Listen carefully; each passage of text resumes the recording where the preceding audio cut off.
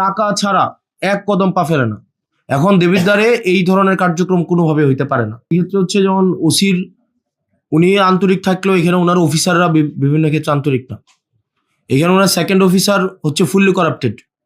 ওনার second officer, আপনার second officer fully corrupted. টাকা ছাড়া কোনো, উনি হচ্ছেন পা চলে না। একজন আছে এসআই ভূষণ, টাকা ছাড়া এসআই ভূষণ নামে একজন আছে, টাকা ছাড়া কোনো ইয়া করে না, মানে একটা পা মুভ করে না।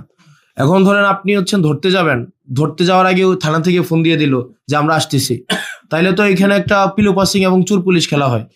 আপনি আপনার যারা অফিসার আছে আপনি ওনাদেরকে ওনাদের সাথে নিয়ে বসেন, এবং এটা না হয় খুব মানে জনরোষের শিকার হবেন আপনারা।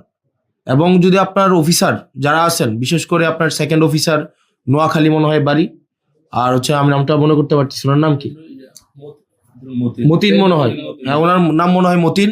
ফুললি করাপ্টেড একটা মানুষ, এবং আমাদের কাছে, আমি এভিডেন্স নিয়ে কথা বলছি, আমার কাছে প্রুফ আছে।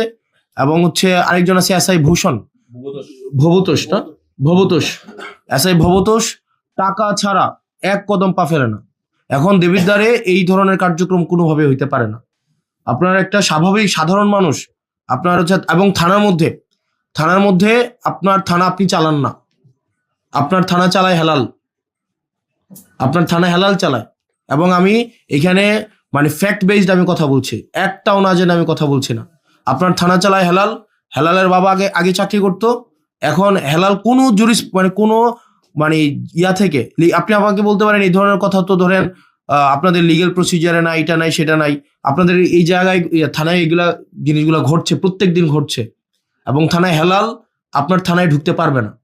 আজকের পর থেকে আপনার থানা চালাবেন আপনি, আপনার থানা আপনার আইন অনুযায়ী চলবে, এবং থানার যারা সদস্য তারা হচ্ছে আপনার যারা আইন শৃঙ্খলা বা পুলিশ আছেন, আপনার আন্ডারে যারা পুলিশ আছেন তারা হচ্ছে আপনার থানা চালাবে।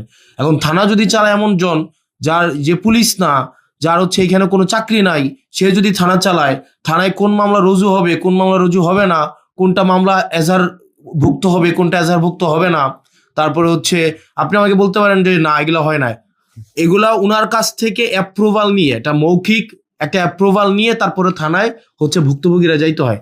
আমি আপনার কাছে যত সহজে যাইতে পারি, স্বাভাবিকভাবে একটা ভুক্তভোগী এভাবে যাইতে পারে না। আমি আপনার কাছে যে সহজে আসতে পারি, একটা স্বাভাবিক ভুক্তভোগী, একটা গ্রামের ভুক্তভোগী, স্বাভাবিকভাবে পুলিশ সম্পর্কে ওনাদের একটা স্টিগমা আছে, একটা ভয় কাজ করে। এটা একদিনে স্বাভাবিকভাবে যে পুলিশ মানে তারা চাচ্ছে তাদের ইমেজ রিগেইন করতে, মানুষের ফ্রেন্ডলি হইতে, এটা চেষ্টা করছে, এবং আমরা এটাকে অ্যাপ্রিসিয়েট করি। কিন্তু স্বাভাবিকভাবে একটা গ্রামের মানুষ যখন দেবিদ্বারে আসে, বরকামথা থেকে, ভানি থেকে, সুলতানপুর থেকে, এটা স্বাভাবিক একটা গ্রামের মানুষ, আপনি যে কেসের যে জিনিসগুলো বলছেন এগুলা দেখবেন স্বাভাবিকভাবে অর্থনৈতিকভাবে যারা একটু একটা লিমিটেড একটা পর্যায়ে জীবনযাপন করে, তাদের মধ্যেই কলহগুলা বেশি হয়। আপনি দেখবেন যে অটো চালক, সিএনজি চালক, তারা যখন থানায় যায় দেখা যায় বেশিরভাগ ক্ষেত্রে তাদেরকে হয়রানি করে। এখন স্বাভাবিকভাবে পুলিশের কাছে যাওয়ার আগে কিন্তু এক ধরনের পুলিশ আছে যারা হচ্ছে অচাকরিজীবী পুলিশ, পুলিশের কাছে যাওয়ার আগে, এটা আপনি আপনার জায়গা থেকে এটা আপনি দেখবেন না, এটা যারা ভুক্তভোগী, আমি এটা গত একটা বছর এটা আমার ব্যক্তিগত জায়গা থেকে, এবং এখানে সাংবাদিক আছে, একজন সাংবাদিক অস্বীকার করতে পারবে না, তারা এগুলো কথা বলে না, আপনারা অস্বীকার করতে পারবেন, এটা মানে এটা সত্য ঘটনা না, একজন সাংবাদিক অস্বীকার করতে পারবে না। এই যে হেলাল দালাল চক্র চালাচ্ছে না থানায়, এখানে জাতীয়, হ্যাঁ তাহলে জাতীয় গণমাধ্যমে, এখানে আমি জাতীয় গণমাধ্যমের সবাই আছে, এখানে আসেন, আপনারা আসেন না এখানে, তো আপনার এই যে দেবিদ্বারের দালাল চক্রটা এবং মাদক চোরাচালান চক্রটা হেলাল চালায় না? আপনি আমাকে প্রশ্নের উত্তর দেন, হেলাল কোন এখতিয়ার বলে? এই মিটিং এ যারা আছে প্রত্যেকের একটা নিজস্ব একটা এই মিটিং এ থাকার একটা ক্রাইটেরিয়া আছে, হেলাল কোন এখতিয়ার বলে আপনার চৌসীমানার মধ্যে থাকবে? এবং এই বিষয়ে আপনি সিরিয়াস অ্যাকশন নেবেন, এবং হচ্ছে থানাটাকে যেন দালাল আপনার কাছে যাইতে হইলে যেন স্বাভাবিক প্রক্রিয়া মেনটেন করে যেন আপনার কাছে পৌঁছাইতে পারে, এক্ষেত্রে যেন কোনো দালাল না থাকতে পারে, এক্ষেত্রে যেন কোনো একটা ইনফর্মাল কোনো সিন্ডিকেট এক্ষেত্রে যেন না থাকতে পারে।